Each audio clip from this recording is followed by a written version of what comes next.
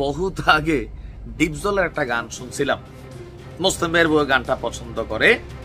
গানটা হচ্ছে, কি বাতি জ্বালাইলি ওরে ও মাইনকা, কি আগুন লাগাইলি ওরে ও মাইনকা।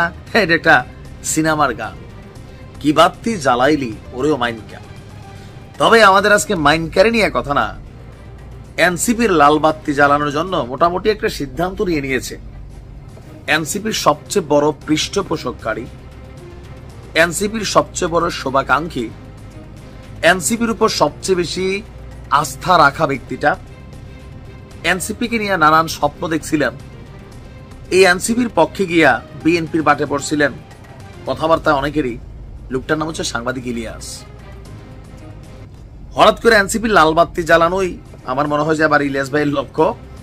কারণ কি, তার যেই বক্তব্যগুলা বা স্টেটাসগুলা বা লাস্ট আপনি যদি দেখেন, এই জাতীয় নাগরিক পার্টি গঠনের পর থেকে বলা উচিত না, গঠনের দিন থেকে, যখন আবু সাইদের ভাইকে দাওয়াত দেওয়া হলো না, পরিবারকে দাওয়াত দেওয়া হলো না, এনসিপির আত্মপ্রকাশ ঘটল, তখনই সাংবাদিক ইলিয়াস তাদেরকে ধরলেন। যৌক্তিক ছিল। এরপর জুলাইয়ের আহতদের ইস্যুতেও সাংবাদিক ইলিয়াস এদের উপর চটলেন।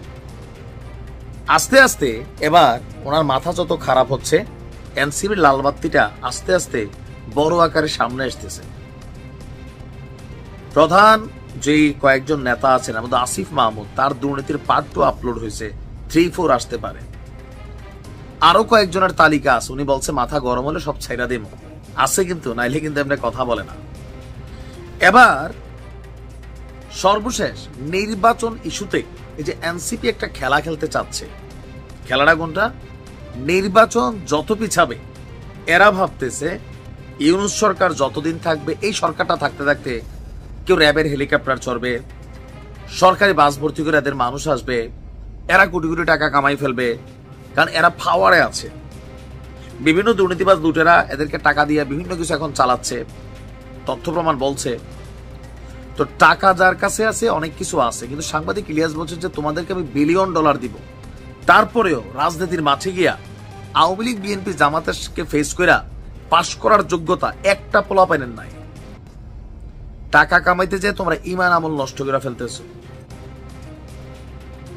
টাকা দিয়ে নির্বাচন হয় না, নির্বাচন হয় জনগণের আস্থায়। বাট এর মাঝখানে আরো নানান প্রেক্ষাপট গুলো। এবার তিনি একটা স্ট্যাটাস দিয়ে বসছেন যে কে ভালো কে খারাপ এত পক্ষে বিপক্ষে আলোচনার দরকার নাই, সুযোগ পেলে সবাই চোর। এই কথাটা কিন্তু সত্যি, যে আমি আপনি আমরা এত ভালো ভালো কথা বলি, কমেন্টে মনে হয় যে আমার আপনার মতন ফেরেশতা দিয়ে দেশটা ভরা। মনে হয় না ফেসবুক দেখলে যে এই দেশে এত ভালো ভালো মানুষ, দেশের উন্নতি নাই কেন? সব চোর, সাধুর ভাঁজ ধরে রয়েছে আর কি। আমরা সব ফেসবুকে আমাদের থেকে নীতি কথা, ভালো কথা বলার মতো লোক নাই। ডাকাই তো স্ট্যাটাস দেয়, আপনি চিনেন না আর কি। লোকাল চোর ডাকাইতে তো আমরা চিনি, গুন্ডা পান্ডা অথবা সন্ত্রাসী গুলোর চিনি। কেউ তো সুন্দর সুন্দর কথা বলে দেখেন, বাস্তব জীবনে স্ট্যাটাস দিয়েই তার কাম শেষ। প্র্যাকটিক্যালি যেটা করার সেটা করে। এখন রাজনীতিবিদরা খারাপ, চুরি করে, ডাকাতি করে, লুটপাট করে দেশের এই যে এনসিপি আগামী দিনে ক্ষমতায় আসবে চিন্তা করছে। তো এদের নেতাদের নিয়ে তো সাংবাদিক ইলিয়াস এখনই তাদের তথ্য প্রমাণ দেওয়া শুরু করছেন। গণমাধ্যমে তথ্য আসা শুরু হয়েছে যে নাহিদ বিশেষ রেফারেন্স দিয়ে আসছেন, টেকা ছাড়া এরকম বক্তব্য আসতেছে তো মার্কেটে।